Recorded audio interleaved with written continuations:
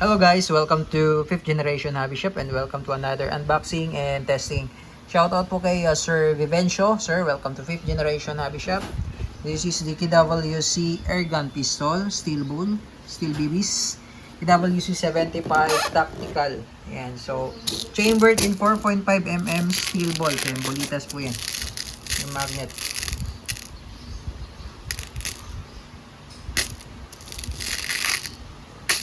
So, ito po yung bala niya, 4.5mm steel ball. Tapos, ito naman po yung kanyang propellant. This is CO2 cartridge 12G. So, kung bibili po kayo ng CO2 cartridge, kailangan po yung walang thread at saka 12G dapat. So, pwede rin po kayo mag-avail sa amin. Meron tayong available na mga CO2s. This is Pop Dino brand po. Ang gamit namin is Pop Dino. This is disposable, more or less 60 shots bago maubos. Okay, let's open the box. Yan, air gun. So, hindi po siya airsoft. It's categorized. Belong siya sa category ng air gun. Okay? So, ito po siya. Yan. Model niya is 75 Tactical. KWC 75 Tactical. Kasi ito yung competition. Yan. Ito yung isa, yung competition model. Okay. Ito yung unit. Full metal, tsaka mabigat. Full metal po yan. Ayan po. Okay. So, napaka-solid.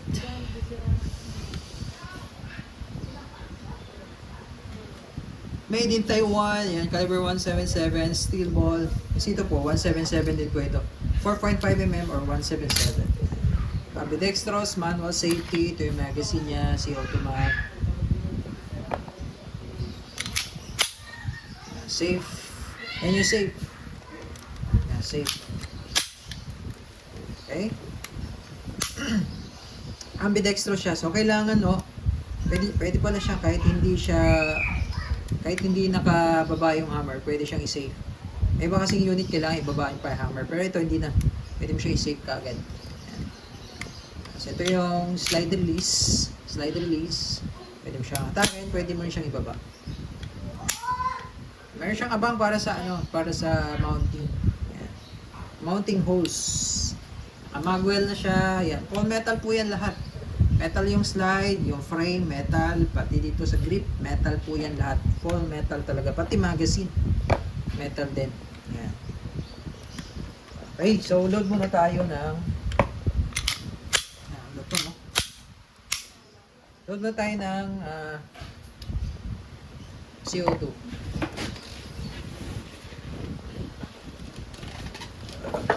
So, ilolubricate ko na siya. Ilolubricate ko na po yung mga valve nyo. Para po intact tayo. At hihigpitan ko na rin. Ayan. At ito po, lalagyan natin ng oil. Itong part na ito po, lalagyan ko ng oil. Konti lang. Ayan. Ayan mo siya.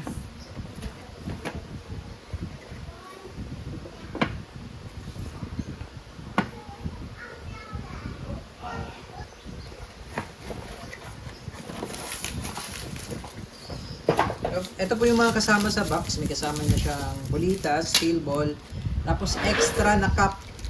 Diba? Yung isa po nakakabit. Yan. Tapos meron siyang extra. Okay, so ayan, load tayo, sir. Ito yung extra mo, sir, na cup. Load tayo ng CO2.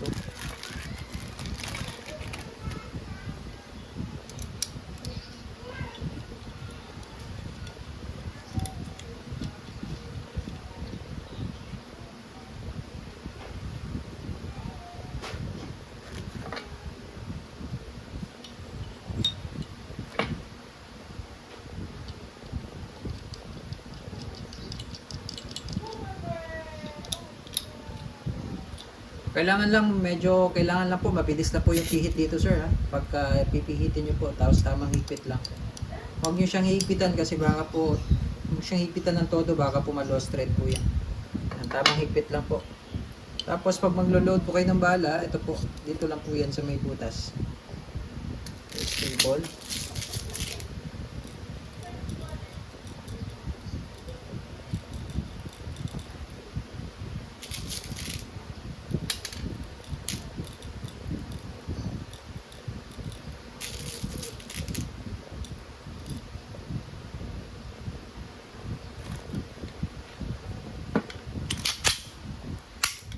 Okay, testing po. Sir Bibincio. AWC 75 Tactical. Okay, so chronograph natin. Kung ilang EPS. 4.5 mm. 0.33 grams yung steel ball natin. Okay. Testing. Firing. 323.7. Wala. 343.7. 343.0.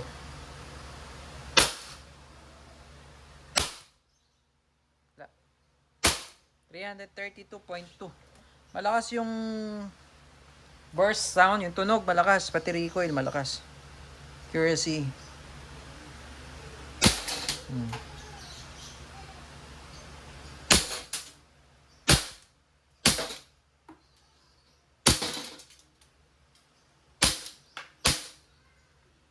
One miss. Okay, so open slide, release mag, hatak nyo lang to, release, hammer down. Okay, all goods, KWC 75 Tactical.